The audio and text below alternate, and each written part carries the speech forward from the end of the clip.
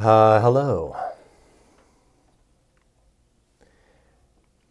Can't quite hear you yet.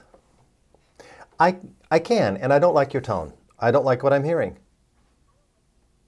Oh, that we can take care of that in just a second.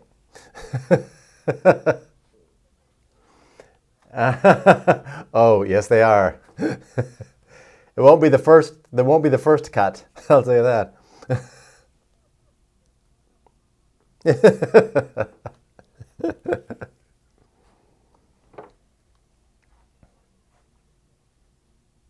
Something to connect your mic to, please.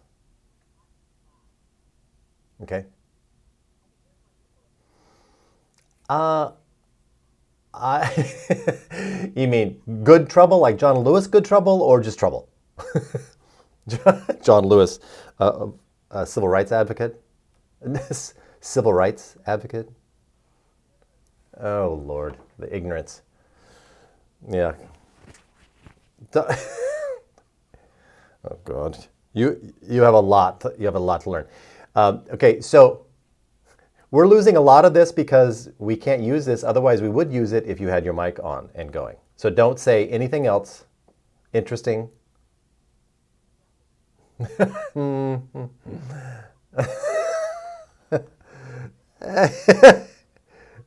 We'll see when the silver potty comes out. Potty mouth. See, well, yeah, you don't have to come on just because I'm on getting things ready. You know, you can come on whenever you can. All right, all right. You know, enough of the excuses. I just want a little bit of perfection. Okay, that's all. Okay. Look, if you're going to shout, go outside and shout at strangers. Don't talk to me.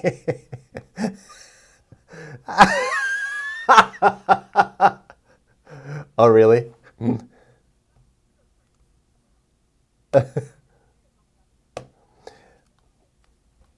Well, that's not really the point. It's did they recapture it on the, this is where we have to look interested and ask questions we've already asked. Really? Again.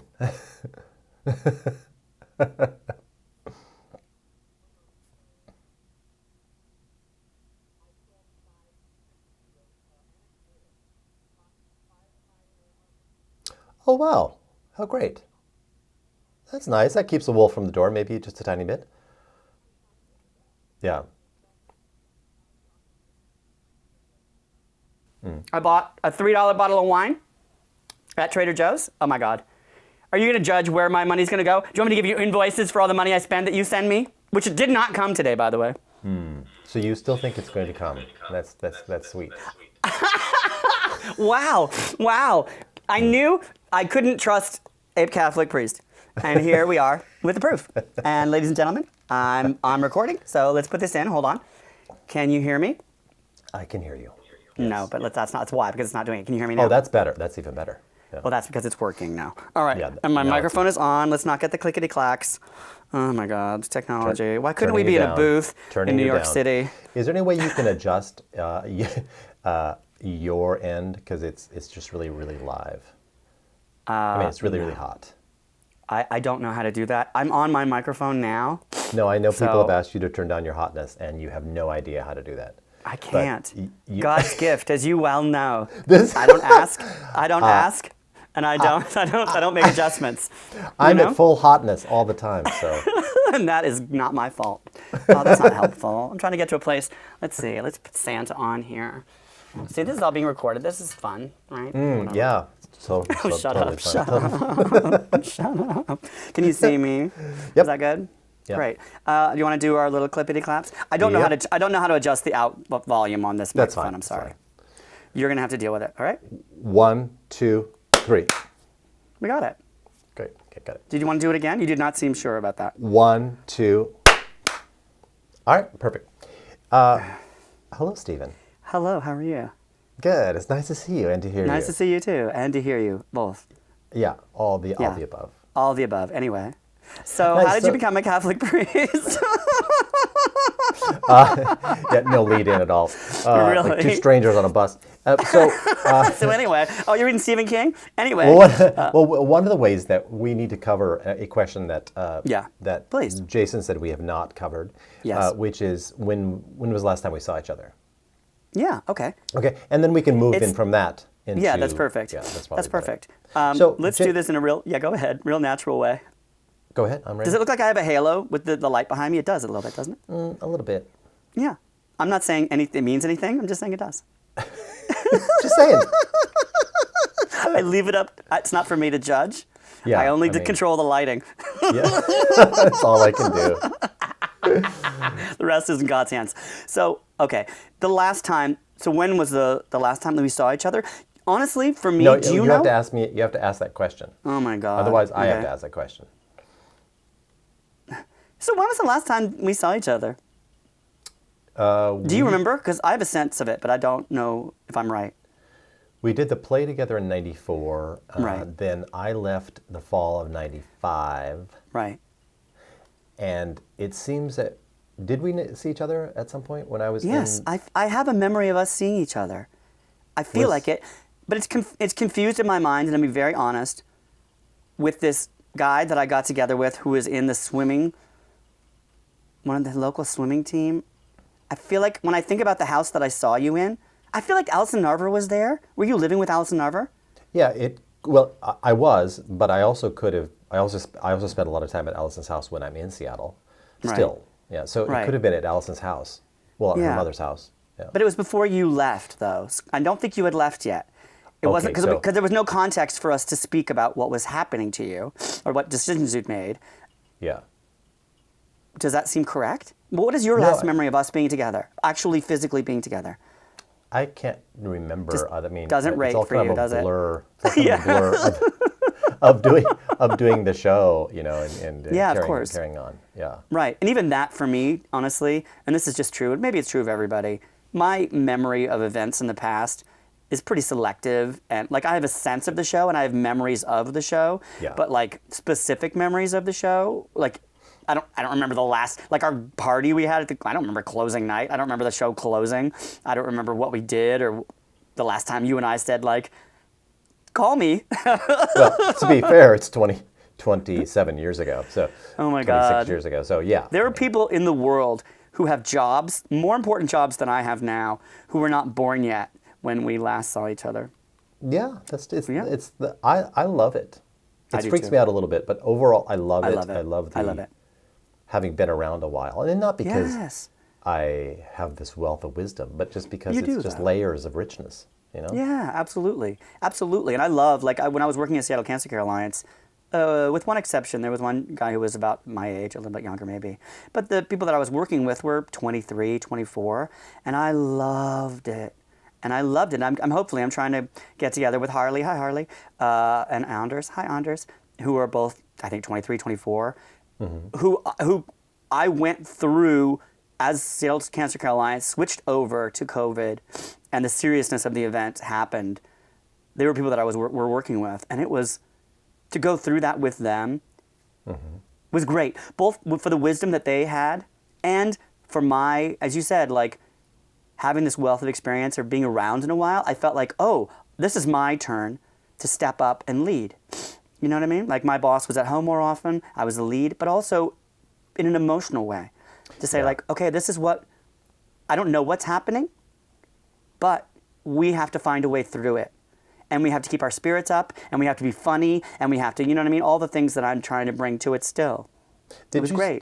Did you find yourself bringing much of the I've been through a pandemic before? You're a little bit younger than I am, so you I am had a younger. different experience of the AIDS crisis. But so you Yeah. didn't feel that you brought much of that forward? No, I didn't have it. I really didn't. How old are you?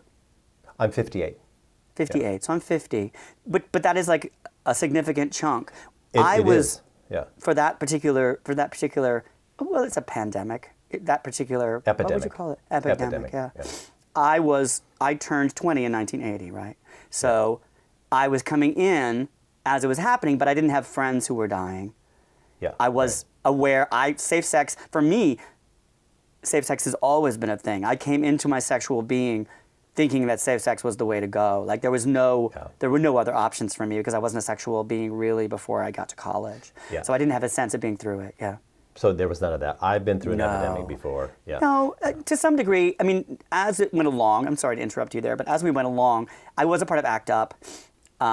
So I had a sense of like what it is to fight for what you believe in and to stand up for things that you believe in and to be on the side of what is right, even though it doesn't seem like everyone agrees with you.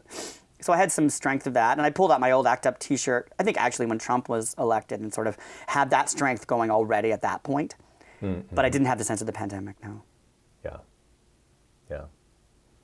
So, yeah, it's interesting. I think it is. Yeah, it is. No, it is interesting, actually. So I don't really remember. For me, I remember us talking. I mean, it is a very vague memory that may not even have happened. And you were going off to become a priest, but I didn't get any information about really understand why you were doing it. And at that time, I've never been one who was like anti-religion because it was like, well, whatever. Like I just had no religion in my background. So it wasn't like I'm like, why is he doing that? The Catholic Church, blah, blah, blah. I had no feelings of animus or any sort of thing about your decision. I just didn't understand it.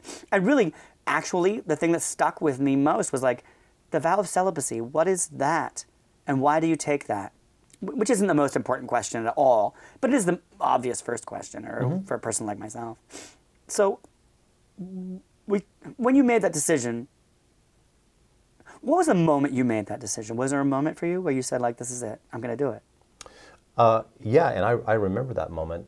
I had been, I joined the Jesuits at 32. I probably had, I kind of always wanted to be a priest through, as a younger person, Right. kind of all the way up. Like, I don't remember a time it wasn't kind of part of the conversation, at least interiorly. And Yeah. I even have like tons of writing from high school and college, like, yes, no, yes, no, yes. Really? And, Yeah. and for me, it was always all mixed up in, being attracted to it, but wanting to be a theater person. Being attracted to it, but wanting to be a theater person and trying to figure out the gay thing. And then being attracted to it, being a theater person, trying to figure out the gay thing, and being thoughtful enough to realize I didn't want to join religious life to avoid the gay thing. Right, for sure. And I actually my sister sent me a whole bunch of the stuff that had my mother's desk, who's passed away, but she's still going through things. My mother's been dead like 15 years. But still, she was Still like, got oh, I things found to go through, yeah. this big thing. And she sent me letters that I'd sent my parents. Yeah. And in it is a letter, I remember writing the letter, but I hadn't seen it since then, to my parents telling them I was gay. And this happened probably 92, 93. You would have been how old at that point? I was 30. Yeah. 30, yeah. 30. And when did you decide to acknowledge that you were gay? When did you figure out, like, oh, that's what's going on? Oh, that was really, really early. I mean, I was one of those kids who always felt different. But, Right. But and a lot different of is people one feel thing. different. People Yeah, feel right. different for all kinds of reasons. But when I was in high school, it was pretty clear. All my friends, I went to a very small school, but all my friends Right. were theater freaks. Right. And we were kind of the high school theater, but also the community theater, because it was such a small town. There's like Sure, 2,000 sure. people. So, Yeah. doing shows and hanging out and that sort of thing. And there was a teacher who slept with a lot of my friends. Really, And yeah. it was the times. And I've asked them, Yeah. most of them, like, so were you abused? And they're like, no. So Right. it's always a Yeah. mix. Of course it is. Of course it is. And we can get into that. I know a story about that too. But It's a whole but- mix of but- things. But and then it took me all the way through college to actually come to real terms with it. Like, okay, yeah, because Right. I didn't really have a sexual experience until I was a senior in college. In senior college. Okay. Yeah, senior college, and then it was like, that's it, I'm in. And so I didn't. Right. And I mean, I didn't even have that whole set of experiences of like having sexual experiences with other guys and feeling horrible about it, having worked Right. through it, all the rest. Yeah, me because neither. I remember the first time that I had a sexual experience with a guy that I was seeing, I guess, dating. So we did the whole dating thing, which was great. He had a lot more experience than I did, even though he Right. was a couple years younger. Younger. And even when we had sex, and then we had sex, and I said, well, that was great. he said, well, now, are you all right? Because you're probably going to be filled with all kinds of weirdness and loathing and stuff. And so just tomorrow morning, of course he left. And the next morning I was like, let's do it again. Good. That's great. I didn't Yeah. have any of that. So I Me didn't ever have to neither. work around any of that, which I'm Yeah, really grateful yeah. for because Yeah. some guys, it's just a whole thicket of stuff. Totally. Yeah. And so in many ways, I wouldn't say, senior college is a late bloomer, but the time I took was the time I needed to take. So Yeah, for sure. No, there's no question about that. That was really helpful. And But so that's when you decided. I'm sorry. Go ahead. yeah. And so the 10 years between 22 and 32, strangely, kind of like from the month to month, like February to February 10 years later, I spent like trying to figure out the whole sexual thing. Right. Or, living like as a sexually active person. And Right. and having real questions about it though too, like being celibate for a year at a time, figuring it out, like Really? Yeah. like trying to sort it all out. Like what is it that I was called to do? Like who am Right. I? As far as partnering or not, or and I would try other things like and I know we had this conversation because I remember this conversation about like when I was doing Morning Becomes Electra, I was certainly as fully out and functioning as a gay person, as I ever would be. Sure. In the sense of like dating guys, Yeah. but also trying out the baths, that sort of thing. And the baths for me were a complete failure. Like I even ran into a friend of mine and I was wandering around doing like the Baton Death March, walking around with a Yeah, towel. totally. And I was just like, It is oh like God. and I just hated it. It just was not. It's Yeah. just not me at all. And this friend even said, "Well," I said, because he had a room, and I just went in and started talking to him because he's old friend of mine, and like we're catching up and gossiping, and he's like, "How's it going?" I was like, "I don't know," and he said, "Well, don't forget why you're here." And I, of course, had because Right. I was looking to get married, so that.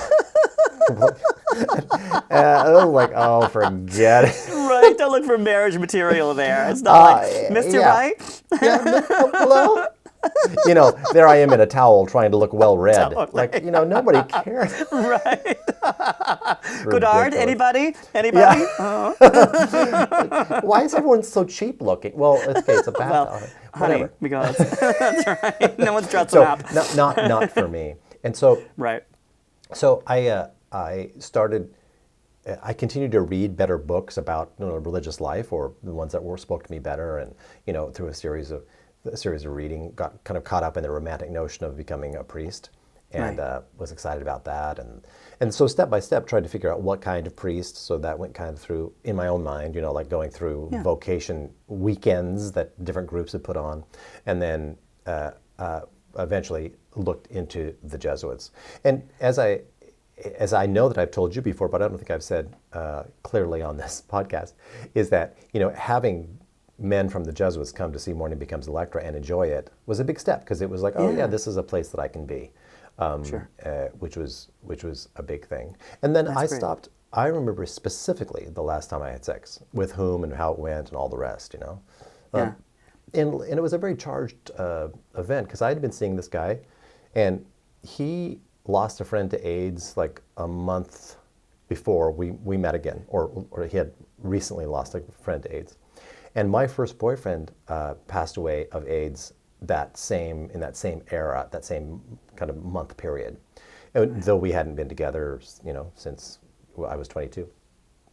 And the two of us, it was very Shakespearean in the sense of like the two of us getting together, making love was very, very much in the context of both of us having experienced a lot of loss and death.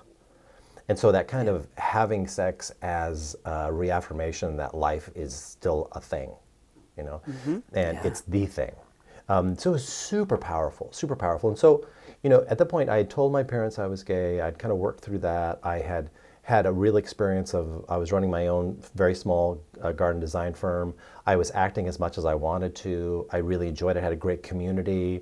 The gay thing was really clear to me. What was going on. I had a better idea of like who I was, like what it was that I wanted as a person. And then having my first lover pass away, that kind of really changed things. And I just remember kind of hanging up my cleats, just like, oh, okay, that part. I think I'm ready to try something else. Right. And then I applied, did this very long application, and I still remember, you take a while before are you really going to send it in, this big application, all these interviews, this big packet that you put together.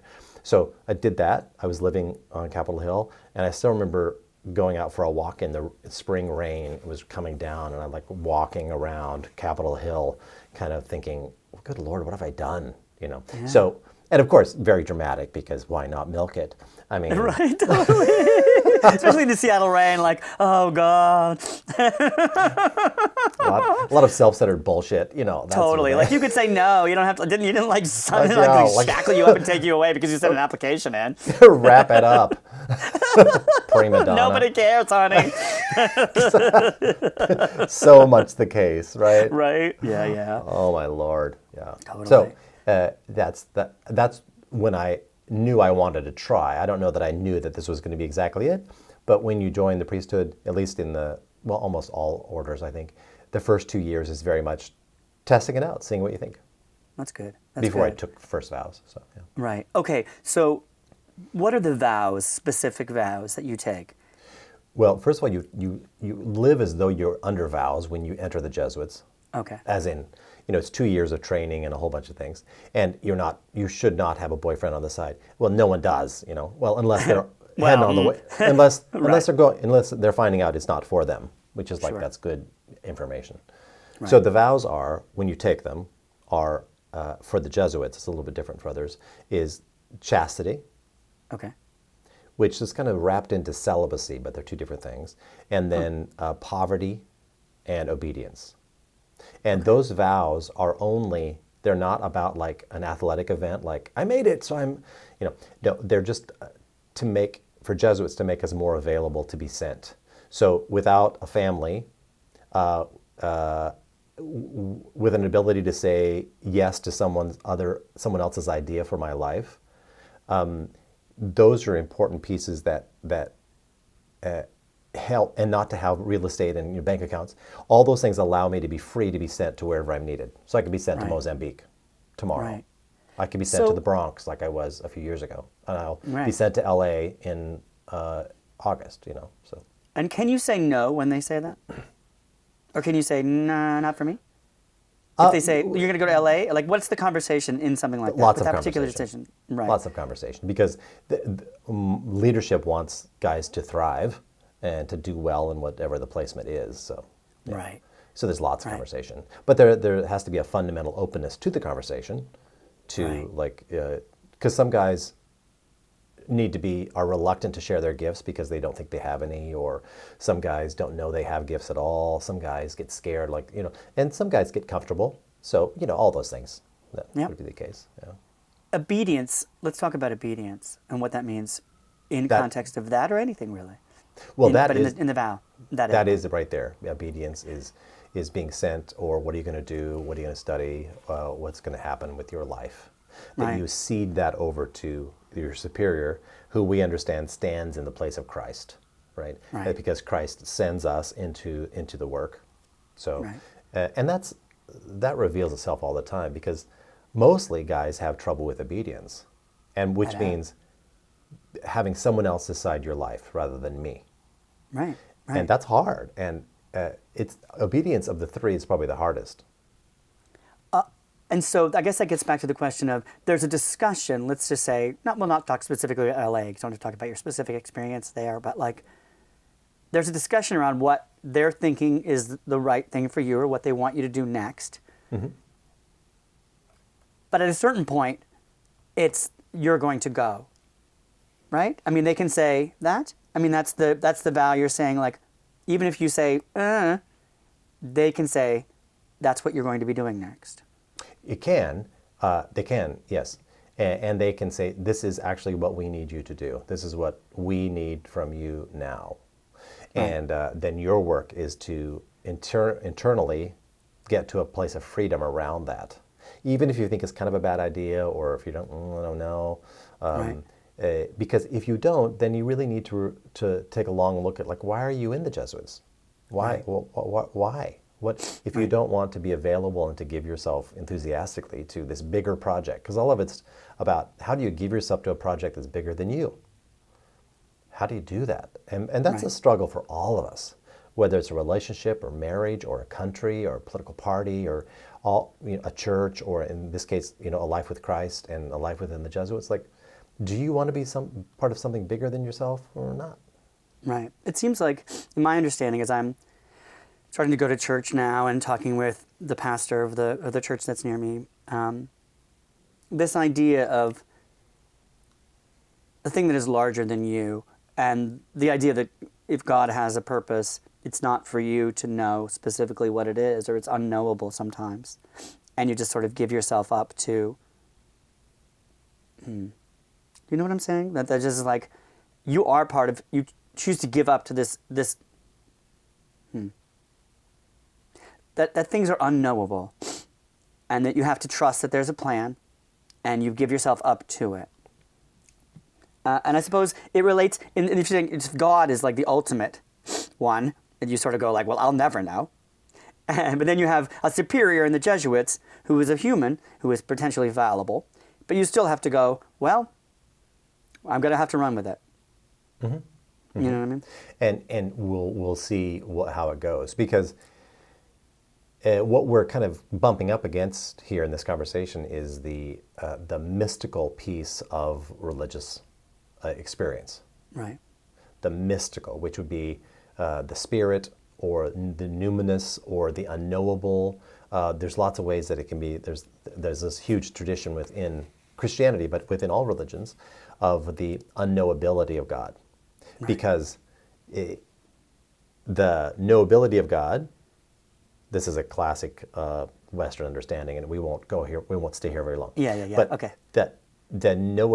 Say you have like a 5-gallon bucket of water, but on one hand, but what you have is a small tin cup. You can pour the entire 5 gallons in towards the cup, but the cup can only hold a cup. Right. So human understanding of the infinite is determined and limited by what the receiver can receive. Right. That makes sense. Do you understand? So absolutely. The infinite is unknowable by a finite knower. Right. So right. Anyway. Right. And that sort of correlates to my understanding of collective understanding of life, and how we are, I believe, evolving in our understanding of what life is, and what, for example, that I never thought 2 men could get married in my lifetime, but now we generally accept that that's a thing, right?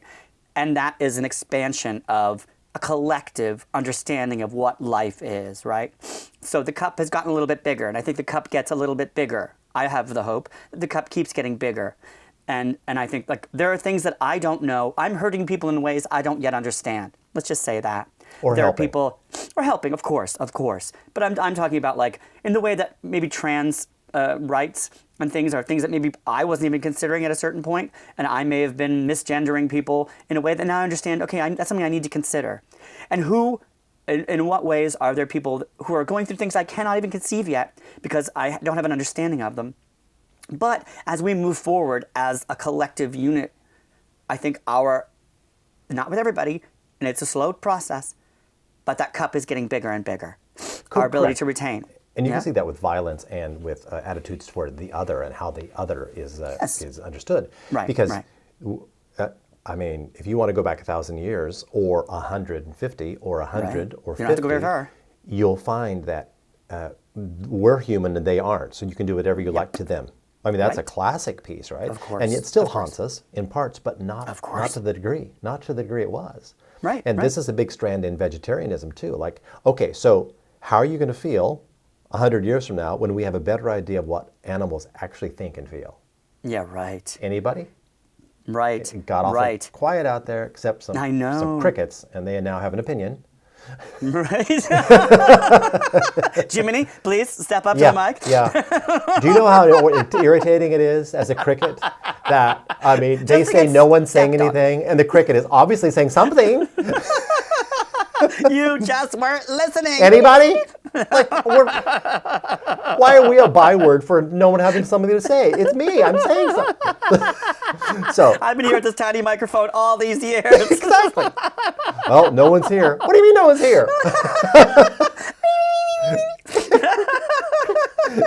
And you know what? And just to button in on that, that's where forgiveness comes in. as we go forward. Are you talking to the cricket or me? Well, ultimately, I'll be talking to the cricket, but right now I don't believe the cricket is talking to me. But I'll find out later that they are. I can't take all of it in at once. There's so much going on. I can't consider every goddamn cricket right now. We're in a pandemic. Right, we're in a pandemic. But with racial things, with racial issues and all these sort of things, right? Like, it's very complicated. I don't want to get too deep into it because I'm not the one to speak about it. There's a sort of amount of like, well, at what point do you know? At what point should you have been expected to know? Sure, absolutely. Right. Yeah. That's a very complicated situation, right? It's very complicated. But if we find out one day that animals, cows, all this time felt horrible about it, well, I forgive myself for eating beef. And then we adjust from there. Let me adjust from there. Yeah. Right. Yeah. I mean, I'm not. I don't want to say too much on that because I'm not trying to lead into a conversation that can be very thorny. But that's a part of it. I mean, I don't know that. Yeah. Thanks Is for this bringing the up time for me to- vegetarianism. Jeez. Is this the time for me to bring up that I did eat a dried cricket once? I ate a cricket in Mexico. Oh. Well, I there did. goes our audience right there. Turn off, Jiminy. Our one solid fan. Get the hell out of here. One fan. Oh yeah, he's always here. He's usually the only one. Oh, my conscience, huh? Oh, where are you going? Oh, well. You weren't much help anyway. Could only take so much, apparently. Jiminy. I need a tougher bug in here. A tougher bug. I can't remember. It was crickets or grasshoppers, and I'm sorry, Jiminy. I don't know the difference yet. Oh, my God. It's so complicated. You all look alike to me. I'm sorry. Oh, my God, let's get out of this conversation.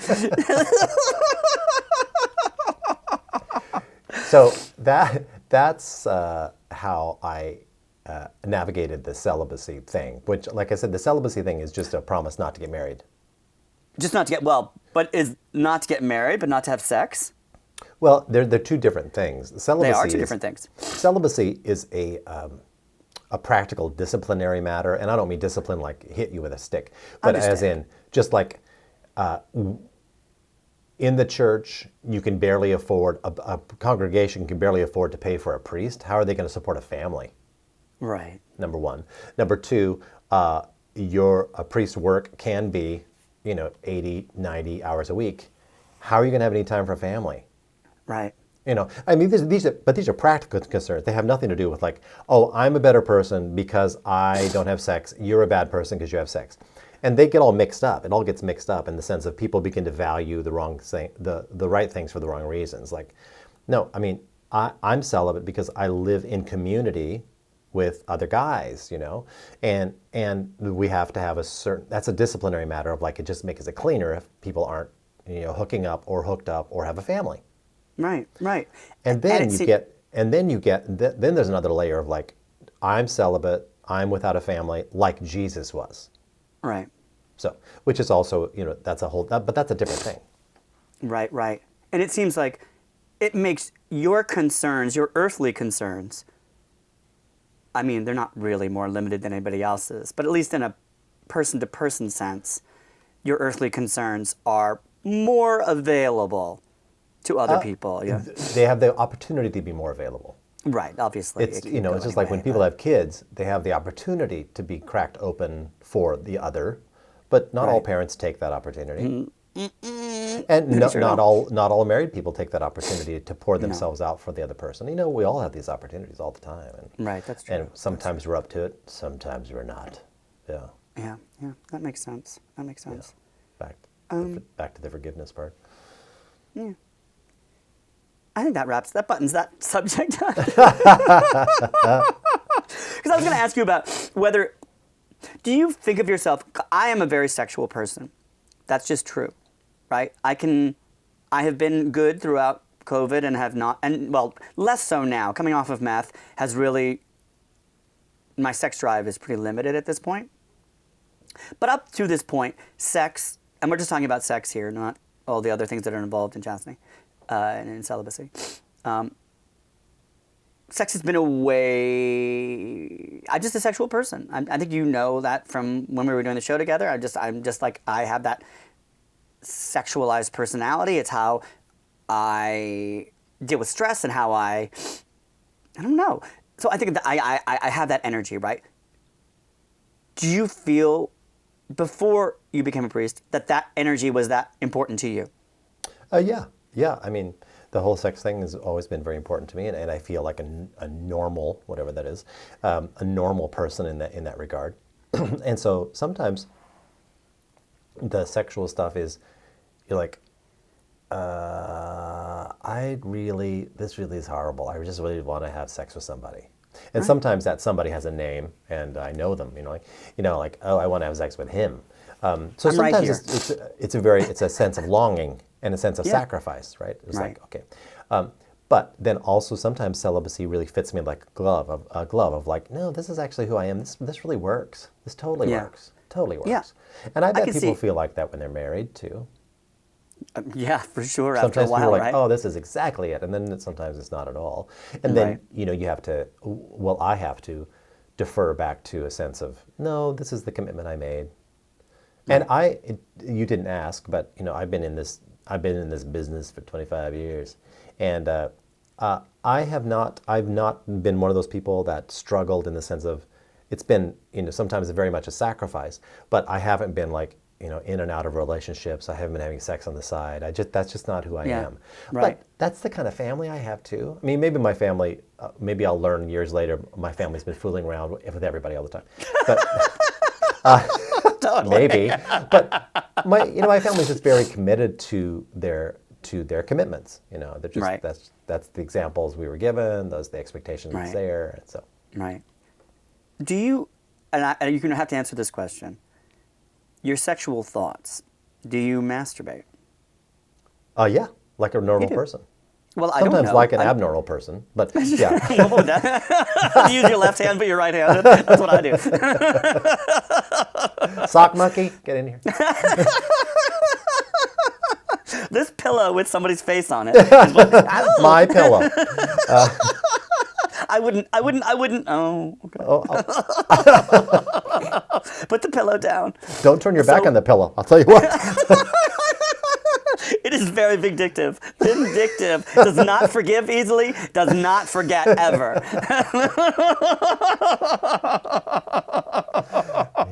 That pillow and the cricket need to hook up. Okay. Oh, what is it, Jiminy? Oh my God, Jiminy's got something to say. Let me yield the microphone to Jiminy. I hate to say speak up, but could you? Not trying to be rude. Could you speak up? It's awful quiet out responsi- there. It's my responsibility to turn the microphone up. I understand that. So, okay, well that's it. How often? Yeah.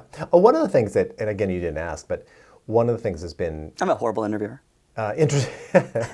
interesting to me as far as like the mystical piece or the encounter Yeah. with Christ piece. Is Right. that- Oh yeah. Is that, we're asked to, or the opportunity in the Christian thing or the Christian, experience, is how does one actually connect to the person of Christ?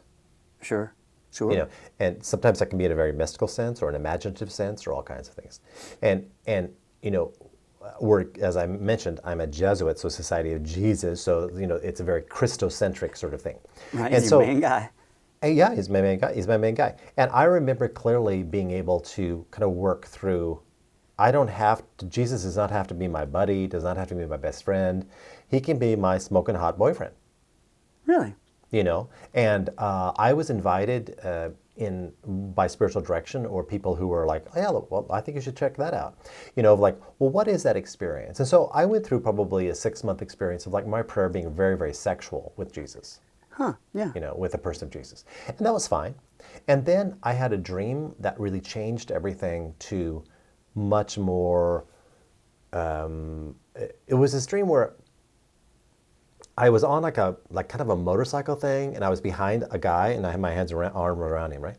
And and we were like, somehow it was like going through the air or something, but we landed on like a ledge, and there was like a cave, and like we got off the motorcycle and like set up camp or whatever, and we didn't say anything to each other.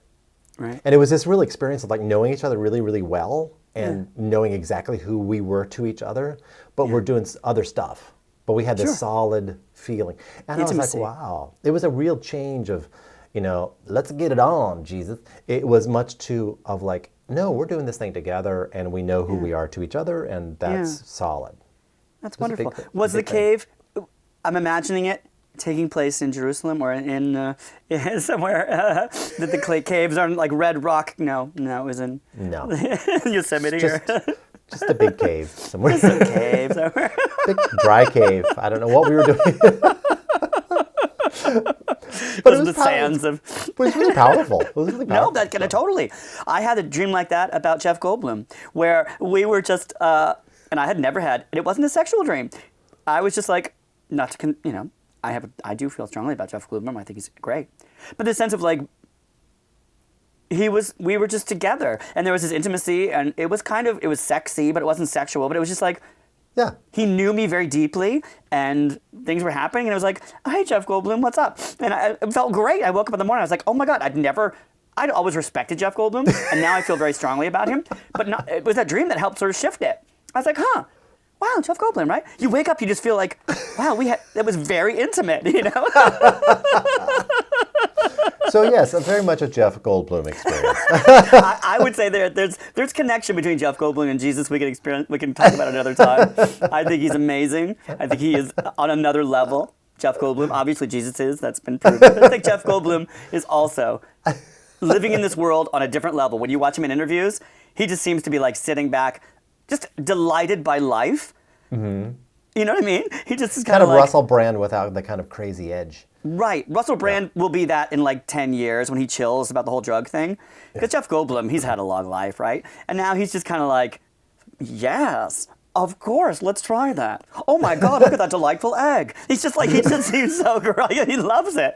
And I want to be that, So maybe that's my thing. Maybe I don't know. Yeah. Okay, good. It's an But that invitation. intimacy, I totally understand. Waking up in the morning and you think like you're snuggling with your, like, yeah, okay. Got it. Yeah. I can totally understand that connection that you felt in that moment. Huh.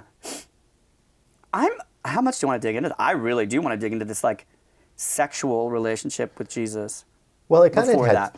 had stages because, it was a big deal for me to understand that if Jesus is all things to all people, which is kind of a formulation, like Jesus is wide aperture, like everyone's welcome to come to Jesus, and Right. Jesus is understood as being all things to all people. So is the transcendent Jesus who is risen and gotten on with post resurrection? Right. Is Jesus black or white? Right. Well, he's both. He's black Right. or white or brown or whatever. Right, all the colors. Is he straight or gay? Well, he's straight and he's gay. He's all of those things. He's He's a very modern dude. metrosexual. And who is the last living metrosexual? Jeff I don't know. Goldblum again. Jeff Goldblum. There are lots. Guys, I'll tell you this too, ladies. Guys, there's a trend in straight men are becoming more and more fluid in that respect. And I think that's a natural progression, honestly. Where it's just like, yeah, sex is sex, you know what I mean? And I think we are all more bisexual than we are split off into either side. Yeah, yes. Because we're all like, there's a person in front of you, a being, and you connect to that essence, and if you relax and let yourself, and it's part of what connects to the puzzle of you, then it makes sense that it's just like, yeah, of course. Yeah, and we the more get you tied can up in all actually this see the crap. person, the more you can actually Yes, see the exactly. person, then you respond. Exactly. Yeah. So, there's the whole, like, what colors Jesus, and then what's Jesus' orientation, all those sorts of things. And then what's the invitation there to a deeper intimacy. And Right. Some of us, I'd say most of us, some of us have that the intimacy is sexualized or can be, have an element of that. So, Yeah. of course, why wouldn't that be the case? Now, Sure. Now, when you say to someone that there's sex with Jesus, there's maybe a stop. I don't know that I would share that with a lot of people. You just did. I got that. But Like like spiritual direction with someone. I'm helping, Sure. some older lady try to figure out her prayer life, and I'm like, well, have you ever? You're like, I don't see that going really well. You know what Father just said? You were friends with Suddenly. the mother, weren't you? Anyway, Suddenly it's me and the cricket. My God, kicked out. Jiminy just came back. He's interested suddenly. Yeah. So. So what is that? I want to ask, and you can demur at any moment you want to. Yeah. Because I still don't have an understanding of what that really means. The intimacy dream, I totally get it. I can imagine what the sex thing with Jesus would be, but practically, what does that mean? Well, let me say just a few things about how Jesuits understand prayer. Okay. So, Yes, please. So, one of the ways that Jesuits understand prayer, and some of it is historical accident when Ignatius, our founder, was getting things rolling, is that trying to understand like a gospel story. Let's say a curing of a leper. Okay. A leper comes up to Jesus and says, Jesus, if you want to heal me, you can. Jesus reaches out his hand and says, I do will it, be cured. And the leper goes off and tells everybody. Okay, great. That's the story. There it is on the page, just lying there on the page. Right. And the invitation, as far as a Jesuit approach to the scripture, would be to take a moment and use your five senses to visualize that experience. So you'd be there and you'd invite yourself to like actually, like, where are they, under a tree? Is it sunny out? Is it raining?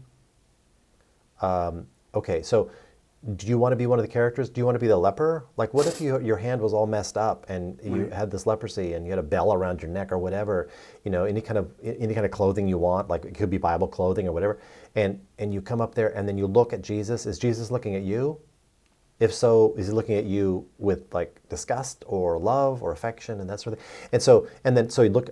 Can you smell Jesus? Does Jesus seem like someone who's been on the road for a while, and he smells like really like a guy that's been on the road for a while?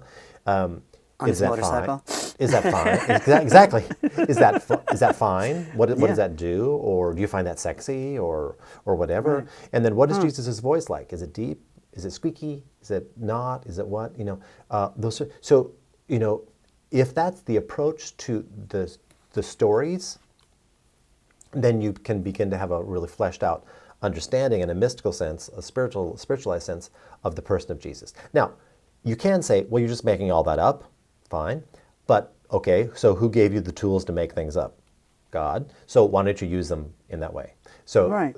And that over time, and we're really invited to do a month-long silent retreat early on in the Jesuits, where we go through a really structured set of prayer experiences that uses this all day long. So we pray like 4 to 5 hours a day for a month, and trying to really get the hang of like what's possible with this, because we think fundamentally God's around all the time, and what does it take for us to make ourselves available to God, That makes sense. to open the door, like. Yeah, totally. And so these are methods for us to participate in being with a capital B. It totally makes sense. And it sounds very much like monologue work. Very When you're much. doing- And so as an Very much. It's actor, exactly what you would do as an actor. I was like, I'm in. I got it. Yeah. And the strange thing is that I did that for probably 10 years. And I don't really do that kind of prayer very much at all anymore. Yeah. In part because I was more and more invited into a much more, what's called apophatic prayer, which is much more what you would think of like Buddhist sitting, of like nothingness. Because that works better for me, not because I've been ruined as an actor or as a director, but because sometimes I need less going on I feel the same way. Yeah, I totally rather than understand that. more. Yep. And that's just taste or where you are at that moment in your life. So. Yeah, I think that's also a sense, like people who are, not to use the word empath, but empathetic people, if it's, like for me, I could imagine that story so easy. So much so that I might get lost in the details of the story and lose the larger sense of it. So for me, probably silent, trying to get to that place where my mind is actually quiet and where I'm actually just letting whatever come in. Because I could like dig in like, what's Jesus? Oh my God, his hands. Look at his thumb. Like, what's he been, you know what I mean? Like, I could do that. There's no trick for me, right? Which So I can totally be useful. understand. Which Yes, can be useful. absolutely. Absolutely. As you're first experiencing the scriptures, I would imagine, and really trying to dig into like, because the constraints I would imagine are in the Bible, right? Like, you're not going to the story and saying like, and then they go to a bar afterwards. It's like, well, that's not what happened, because it's right there. This is what happened. These are the words. So let's take those words, right? You stay within the structure of the story, and the details you're extrapolating off of a given story. You're not making up the story of the leper and Jesus. You're trying to flesh it out, but not like outside of the constraints of the confines of the Bible, right? Correct, but the gospel stories are there's not much there. So it's just like thir- Jesus 30 healed a leper, right? 33 years and that's it. He shows up at 12 and we don't see him Right. again until 30, till he's 30. Really? So Yeah. that's called the hidden years of Jesus. So, Right. okay, what are you going to do with Sup. those 18 years? Well, Right. for me, there was a lot of skinny dipping and carrying on. And, Sure, had a he good got a old time. motorcycle. That's where it all came in. But the Pickup invitation. band would be all right. Sure. He went through a bad boy phase. But the invitation is to make yourself available in an imaginative sense to all those pieces, which make Right. it all richer for the. They make it richer, but also makes sense, right? Because you can't be like, it has to make sense too. He comes, where he ends up in 18 years. You can't Yeah. be like, Yeah. well, he goes to prison, like maybe, but like, okay, then how does he Maybe. get back here, right? Like, we gotta get him. There's the end point. Here's the starting point. Let's have some fun in the middle, but let's not go too crazy because he's got to Yeah. end up over here in a logical way. You know what I mean? It makes him. Correct. He didn't learn to It's- weld. He could have Yeah. all that time. What's he been doing? He's Jesus. Okay. So he doesn't have to do anything? Doesn't have a job? Come on. So, yeah, that's Yeah, how that totally. works. Yeah, that makes sense to me. Huh. But, oh gosh, I think I'd love this. Did you imagine having sex with Jesus? Yeah. Like literally, yeah. Yeah, Okay, literally. great. Yeah, yeah. And just trying to figure out what would that be like. And I this was not my experience, but just extrapolating for why not. I bet that people would have, and I don't have any data on this, but if you had a lot of really sexual hang-ups or abusiveness or all that sort of stuff, that would be a way that you could approach taking or working some of that out. Oh yeah, I could see that. But Jesus is fully human, understood as fully human. So Jesus me being sexual is one thing, that's its own journey for all of us. But then Jesus being sexual, that he could possibly be sexual, is an important piece to hold on to, because it's all running towards this piece, which is that Jesus suffers like we suffer. Therefore, Jesus saves us as we are, not as a God, right? So, see. so Jesus has to be a full spectrum human. So now I have no evidence one way or the other, but if a person would ask me like, well, did Jesus masturbate? I was like, okay, so Jesus is a human being, and most human beings At some masturbate. point. Therefore, I bet Jesus masturbated. It's just simple logic. So Right, you right. can say it's not there, and that's totally fine. Right. But it's not blasphemous to say that he did. for my money, I bet he's a human being. Yeah, that makes sense. And you certainly see that reflected in popular culture as people play out, like in movies and stuff, like the sexualization of, like I have never related to it. I've always been like, that's weird. But like when people are playing with sexual imagery and religious iconography and sort of like mixing them up into like, it's usually a bit of like flippity flapping like stupidness, but you see it like play out that way, right? Yeah, and I think it's lame, and because lame in the sense of that, as you know, sexuality and sexiness or sex itself in performance is almost always a distraction to the deeper stuff. Sure. Yeah. It's like, oh, real life sex on stage. Like, Right, that's a right. good idea. You're not going to like it in the play. You're just not going to like it. Right, for It's gonna sure. stop the play dead, and there is no coming back. It's like, Right, nope. unless you have the bravery to really show sex between two people and not have like the lights go to blue with like this, you know what I mean? And like this beautiful like curtain gobo she's going, and it's just And like, even well, that's then, never what it is becomes here, like right? that play has to be written around the Right, it's limits, impossible. but also the power of that moment. Absolutely. And I think anytime that you see religious iconography sexualized, it's shocking, and it's done for some kind of shock value, right? Correct. It's not just like, this is a part of the human experience that this person, I think you can do it, I think you could do it, and I'm sure there are examples of it happening, but Well, it's most hard. often, yeah, but like Ken Russell or something like that, they're throwing around stuff that's just like, well, okay, she's masturbating with that cross, and I'm not supposed to be, I think you mean for me to be shocked at that, right? I mean, that's First not of all, like, that looks uncomfortable. So why don't it's just like, okay, ridiculous. Right. So, Right. And I'm sure there are filmmakers that do it well, and that don't come to my mind. But Right. that's Barbara Streisand. Really? The one thing I remember about Yentl is Mandy Patinkin coming out of the lake naked. I mean, wet. That's all I remember. In nuts. When she was in nuts. What do you want from me? I mean, To our younger gay viewers, don't worry about it. yeah, forget it. You and the Not cricket, really worth. shut up. No, don't worry. I like nuts. I didn't even see nuts. It's fine. Of course, she should have gotten an Oscar because, you know. Because she always guess. should have gotten an Oscar. Sure, she's great, obviously. Oh my Lord. I think it's a much deeper topic. For me, sex, there's something about sex that I learned in the last just few years, really. Like, I've been a sexual being, but it was only in the last, and this is pre-pandemic, I had sort of figured out what sex is, and then COVID happened, and I'm like, oh, great. Perfect. Perfect.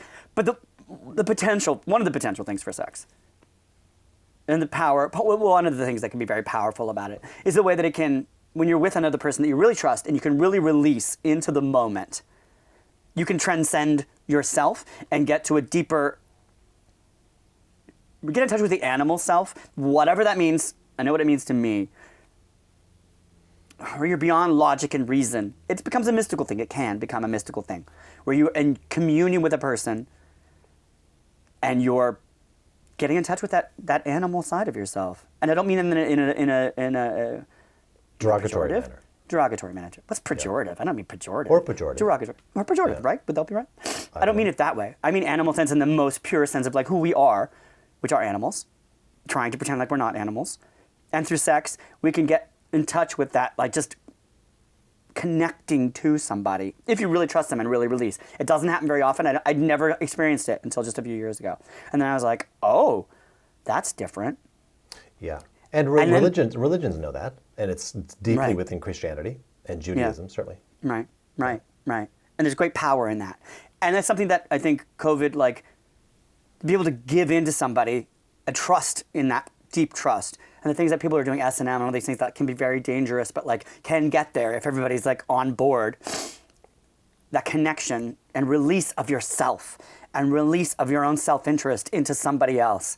Very powerful, you know what I mean? And a very powerful way to sort of like get above mundane concerns and sort of like the weight of the day to be like, oh, there is a greater, you know, which, you know what I'm saying? Like, Yeah. not to say that it is a religion, but it can get you to that place of just like, oh, there is something greater than myself, beyond my daily concerns, and you don't know. And it might be an experience of like participation in being, you know, participation Yes, in something being, greater. Yeah, absolutely, participate. absolutely. And absolutely. is this a good time to ask what happened to your marriage? With 6 minutes to go, I would say no. And actually, 6 minutes is great. Is great if you just have nothing to say, like it's over. yeah. Cricket, And I'm gonna cricket. put the kibosh on my marriage as a topic. Totally fine. Totally fine. Because it is, I have tomorrow. It's not the divorce proceedings. It's the papers didn't get signed, so it's a thing to check in with the court to say we still want to do this. I still want to do this. Whatever. It's not done. I don't want to speak too much about that relationship because Totally. that's a very fraught and difficult relationship, And also involves someone else. and involves someone else that is Look, not. I here talked to about speak. Jesus. Okay. Right. I did not. I talked about Eduardo. Jiminy, shut up. He has notes on everything I've said. He's writing a book. Jiminy. I hope when your book comes out, there's only a cricket. No one's going to buy it. Oh my God, it's a bestseller. He took my title. Another feminist nothing. God damn it, Jiminy. I didn't patent it. It's true. I could have got the Yeah, trademark. he I shipped it didn't. first. Yeah. He did. Good for him. He got an advance. My God, he's got more money than I do. How yeah. is Venmo? Has anyone given money on Venmo to you? A little bit. Did I tell you this? Or I can't remember who I told. NX Theater bought some of my artwork, so that was money. Did I tell you that? You did, but Yeah. I should have, if I wanted to support you, which I did, I should have done Venmo because Yeah, you should have done Venmo, and it's I think I fine, but- put it in the mail, and then I saw the Venmo thing. I was like, all right, whatever. Yeah, Venmo is the best way for me right now, just because PayPal. I just ordered a new PayPal card. I finally got that money released. So that's good. My bank account is connected to a couple debts. So anytime money drops in there, so I'm going to go with your check to the bank and be like, can you just cash this and give me the money? Yeah. And the difficult thing is that I never use checks. That check is from like 2 addresses ago, though the account is still good. So Right. it's like, Well, we'll find out if it ever comes to me.